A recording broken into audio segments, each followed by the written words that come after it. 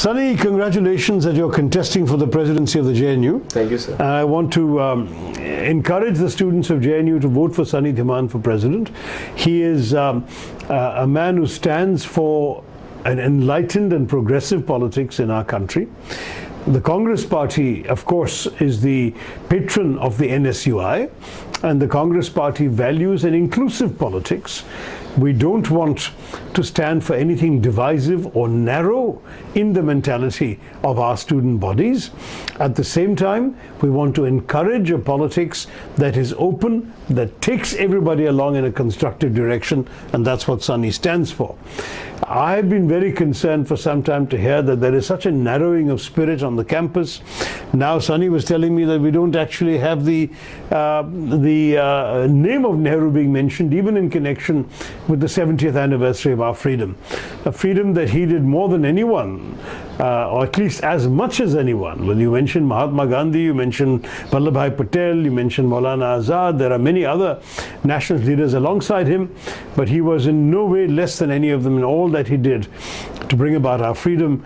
And I think many of us of my generation have remembered learning at our school days the famous speech in which he said, long years ago we made a tryst with destiny, and now the moment has come when we must redeem our pledge.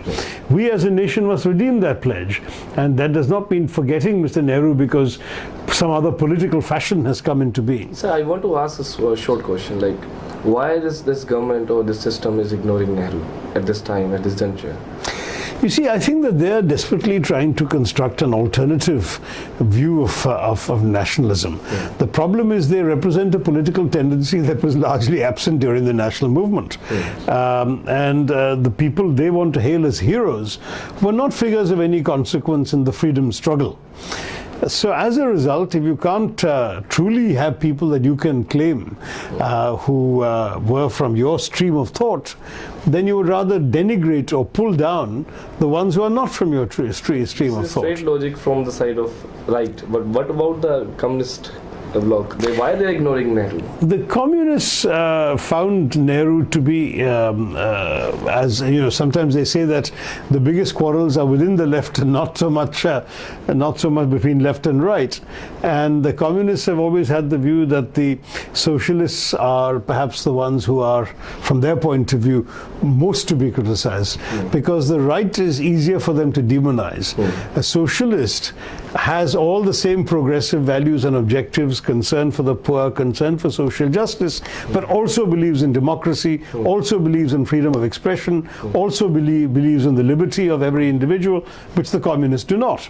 The irony is that in a place like JNU, which is devoted to freedom of expression, that so many students are sadly and misguidedly voting for leftists and communists who basically would bring a dictatorship if they ever had a chance to.